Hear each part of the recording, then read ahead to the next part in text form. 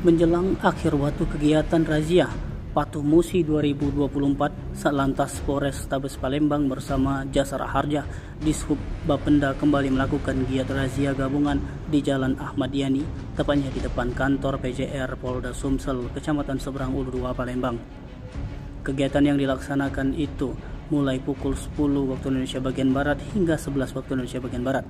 Tim gabungan melakukan penindakan tilang kepada seluruh kendaraan yang melanggar, baik roda 4 maupun roda 2. Kasatlantas Polrestabes Palembang AKBP Yeni Diarti melalui Kanit Gakom Ibtu Arham Sikakum menjelaskan razia gabungan dimulai pada 28 Oktober dan akan berakhir pada 24 November 2024. Dalam razia gabungan tersebut diterangkan Ibtu Arham, terdapat 3 pelanggaran yang menjadi prioritas, seperti mati pajak kendaraan atau TNKB pengendara yang tidak mempunyai SIM STNK. Terakhir, Ibtu Arham Sikakum mengimbau kepada seluruh pengguna kendaraan agar mengecek surat-surat sebelum berkendara, lengkapi dahulu dan jangan melawan arus, harus pakai helm dan jangan dibawa pengaruh alkohol saat berkendara.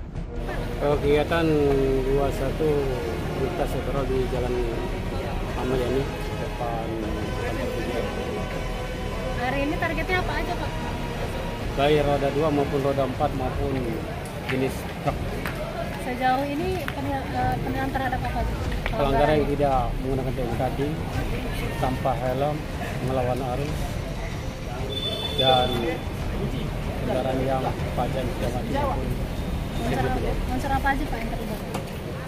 unsur terlibat dari Bapeda maupun dari Dishub dan dari Jasara Harja. Untuk saat ini berapa banyak Bang kendaraan diamankan? 22, 3 diantaranya tanpa TNKB. Himbauan? Tim Liputan Sumsel ABTV melaporkan.